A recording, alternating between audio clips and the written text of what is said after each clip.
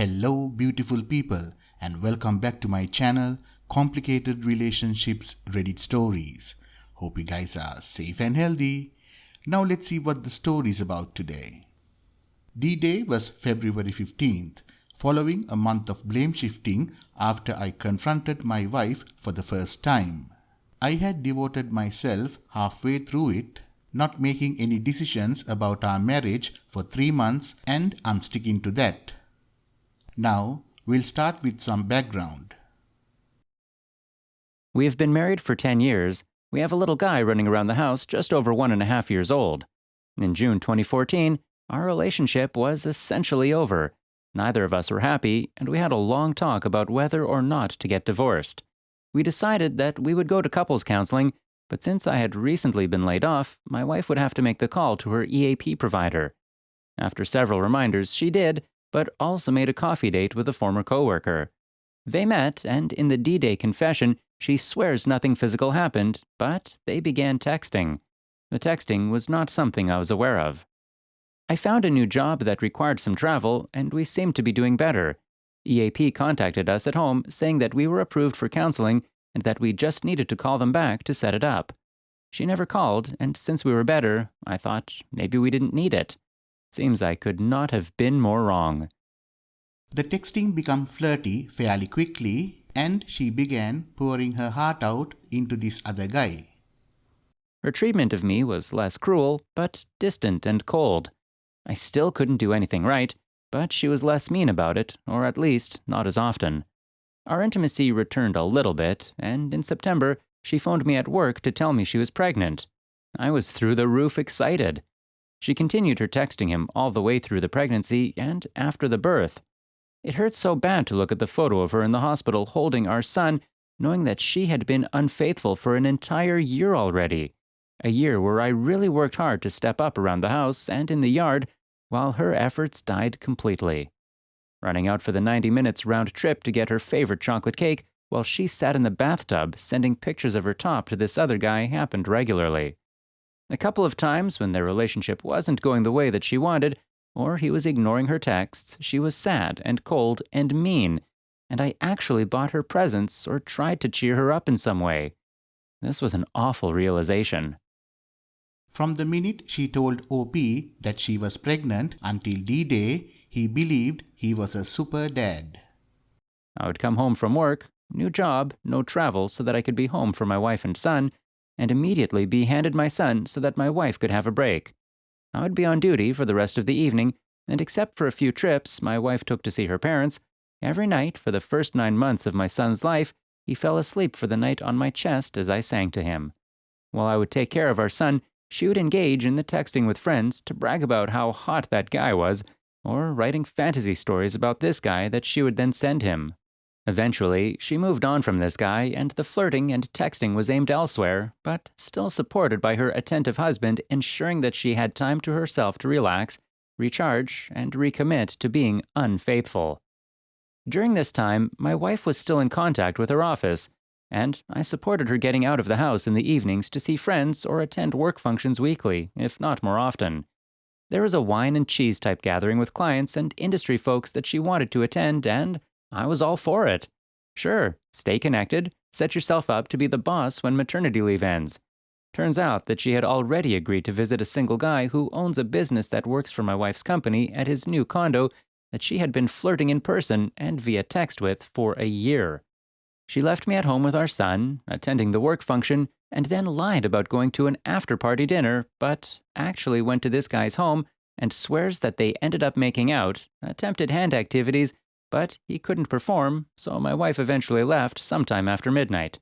Swears she threw up 3 times on the way home, but didn't tell me anything because she didn't know how, too guilty, ashamed, etc. A couple of months later, she began flirting with a new hard-body guy at work, one of her employees, as she is the big boss for the business where they live.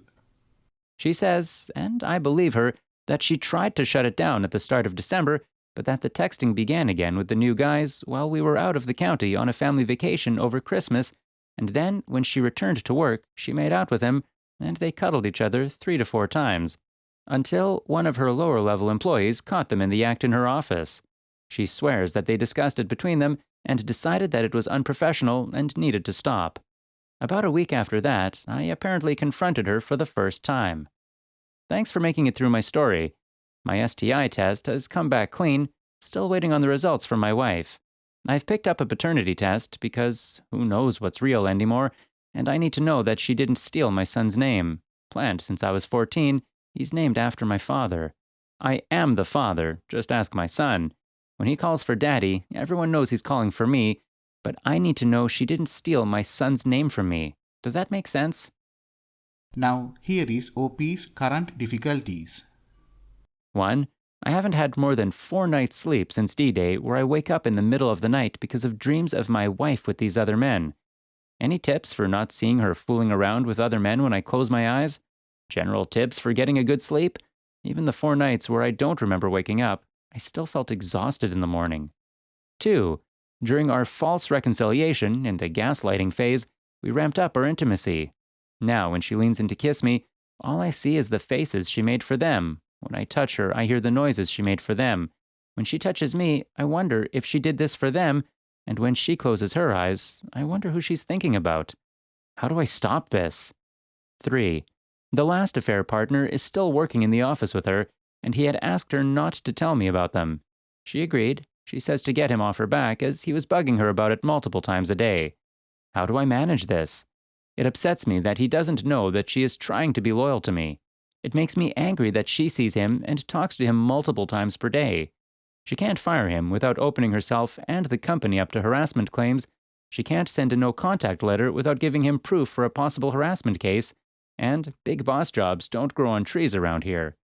How do I deal with the humiliation, sadness, and anger associated with him being in her life every day? 4. The urge to contact the other men is overwhelming at times. The AP that she is still working with has a longtime partner that he lives with, along with 2 kids of his own and 2 kids of hers. Most days I desperately want to send him a message asking if he ever glanced at the photo on my wife's desk of me holding my son, thank him for his part in destroying my marriage, and ask him if he's told his wife yet. The condo guy I have driven halfway to his work before turning around again. How do I manage my anger towards them? Should I contact last AP's spouse to let her know? I don't want to take responsibility for her reactions to finding out, 100% selfish on my part, but strongly feel that she deserves to know that her partner was as big a POS as mine. They are working on healing their relationship, but he is committed not to make any decisions for another couple of months. Any thoughts about reconciliation, divorce, suggested boundaries for her, etc. are also appreciated. Since D-Day, my wife has done almost everything right in my eyes.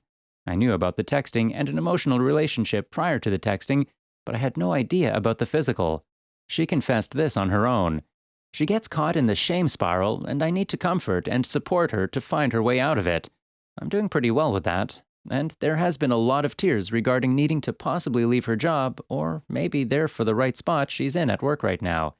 Last AP is not a stellar employee, may need to be let go. This is uncomfortable for me as I'm thinking I should be top priority, not her job. If you made it this far, thank you so much for sticking with me, and I sincerely am sorry that you've read this because I'm guessing that if you're here, you know exactly how I feel. Edit. There has been a lot of crying, but not a ton of actual action beyond the eventual confession and listening to me pour out my feelings without commenting or reacting. The absence of no contact thing with the last AP is bothering me. Ultimatum with a timeline limit, quit right now, which would cause problems for me with a mortgage.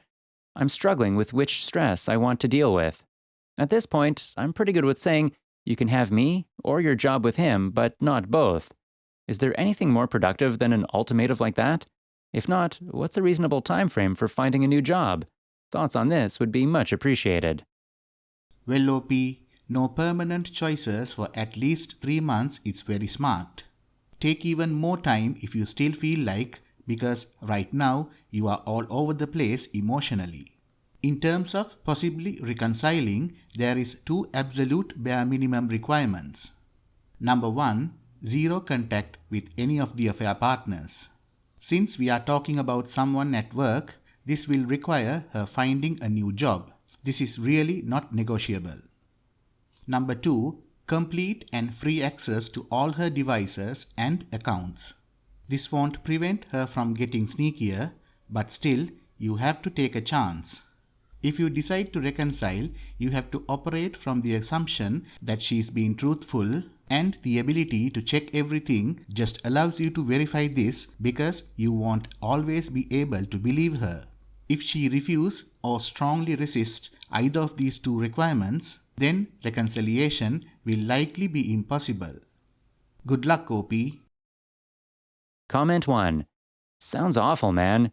Everything you've written may sound good to you and like progress, but it sounds pretty awful from this end, and she should not be your wife anymore. I really doubt you know even half of the truth, and I don't think you ever will.